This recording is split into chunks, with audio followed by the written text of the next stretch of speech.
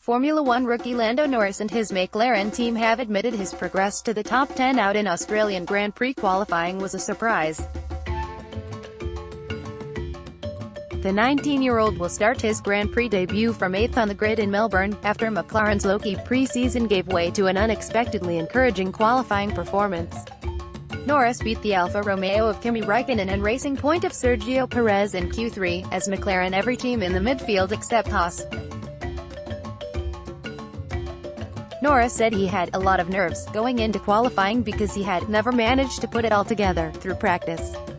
Asked by Autosport if he thought he would be in the final part of qualifying, Norris said, "Definitely not. I think you can tell by doing 3 runs in Q1 we were a bit unsure if I could make it into Q2, so we put a lot of effort into trying to achieve that. We had only one set of new tires for Q2, so we weren't in as strong a position as some of the other drivers, but still got into Q3. It's definitely not what we were expecting. Everyone, the team, myself and you guys, the media." McLaren F1 CEO Zak Brown agreed with his new driver that 8th exceeded where we were going to qualify. Norris, his teammate Carlos Sainz Jr. was knocked out of the opening phase of qualifying and will start 18th, although this was exacerbated by being held up by Robert Kubica just as the Williams driver had an off in Q1. "What you want your drivers to do is to do their job extremely well and not make mistakes, and they both did that," said Brown. "And Lando being a rookie, you'd be understanding if he did make a mistake, and he didn't." Sainz opted to use 2 sets of tires in qualifying, compared to 3 for Norris, as he said he felt pretty confident after practice.